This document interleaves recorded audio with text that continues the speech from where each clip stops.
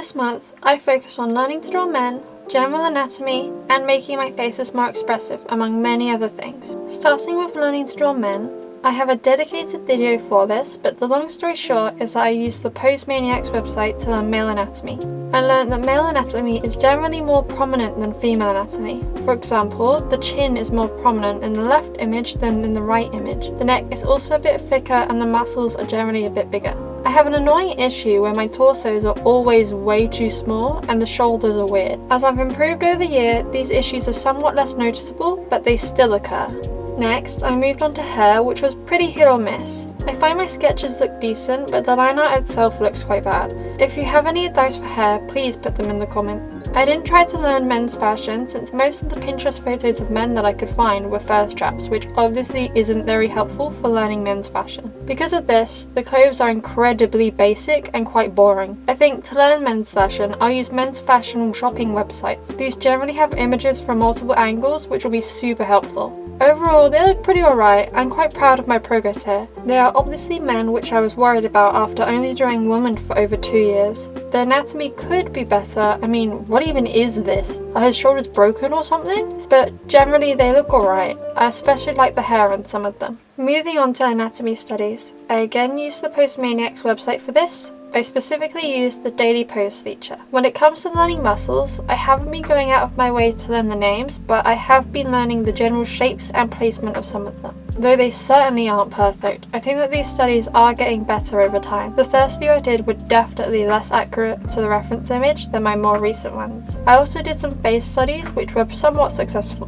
Despite looking kind of ugly, this nose study was actually super helpful with seeing the actual shapes present in the nose. Recently, I've been forgetting to include the nostril, which for some reason has helped to make the nose look better in my opinion. Previously, they looked like pig noses, which was definitely not what I was going for. I'm super happy with this face in particular. I really like the colours and the general face shape is quite clear. Generally, I don't draw the ears at all in my drawings, even in my anatomy studies. To change this, I tried to start learning ears using the question mark and Y method, but I really don't get it. If you have any tips for drawing ears, feel free to put them into the comments. The biggest issue I found, however, is, despite drawing 100 hands in a week, I've got a video on this if you want to see my pain, I still can't draw them very well, especially without a reference. You'd think spending 20 hours drawing hands would fix this, but clearly not. Because of this, I will have to spend a lot more time working on them again. I think that while I have the basics down, I need to do more work on the different poses of the hands. I also get really confused by the wrist, I just don't know what to do with it.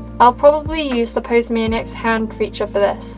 Hopefully I won't need to draw 100 more hands, but we'll see. All of these drawings share one specific issue, the faces. They just aren't expressive at all. To fix this, I finally started learning how to draw lips. I did this through using a Pinterest reference thing. Admittedly, I still don't draw them in my latest drawings though. While I really like the look of this study, there are just too many colours, making them a bit too detailed for my style. I'll need to work on simplifying it to make it suit my style more. In hindsight, I think that lips aren't really that important for making your face more expressive. However, this will obviously vary depending on your art style, since I draw a line for the mouth, which tends to work. Something that is important for showing expressions, however, is the eyes.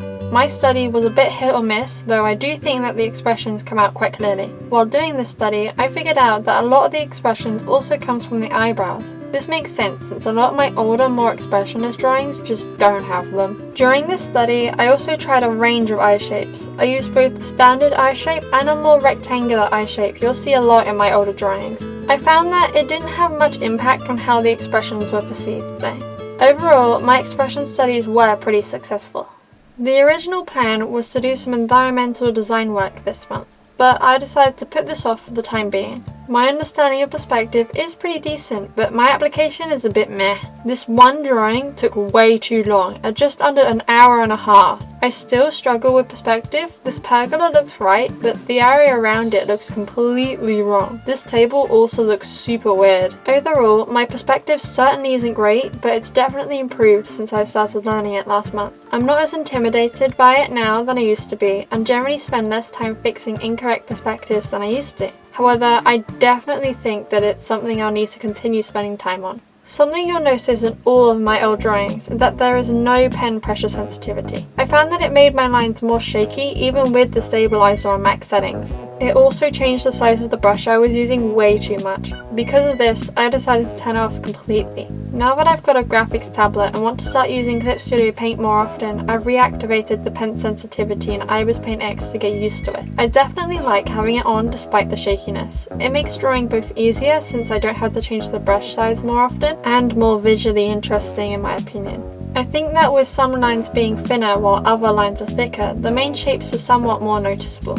Overall, this month has been super productive. I did a lot from learning to draw men to working on perspective. I hope that you enjoyed this video. If you did, I've done some monthly art evaluation videos starting from January, which you can binge to see just how far I've come over the last 8 months. I post these on the 1st of every month, so subscribe to be notified when the next comes out. I also do a short form weekly version of this series, which you can see now on YouTube, Instagram and TikTok. As I said earlier, I've got dedicated videos on specific things I learned, such as learning to draw men and drawing 100 hands in a week, so if that interests you, feel free to check them out. That was everything I did to improve my art in August. Bye bye!